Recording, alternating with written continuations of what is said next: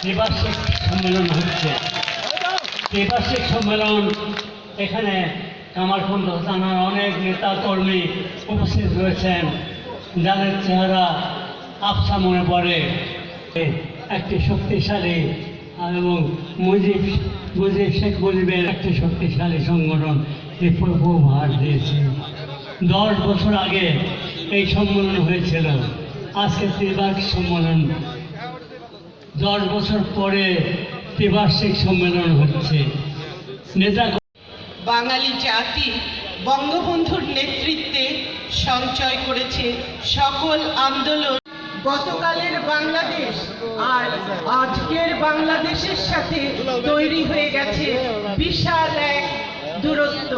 সেই দূরত্ব সফলতার দূরত্ব। আলী সাহেব বক্তব্য রেখেছেন। জেলা আওয়ামী লীগের কিন্তু আমার সাথে আমার 2 জন বড় বোন এসেছেন, যারা কষ্ট করে এই সম্মেলনে।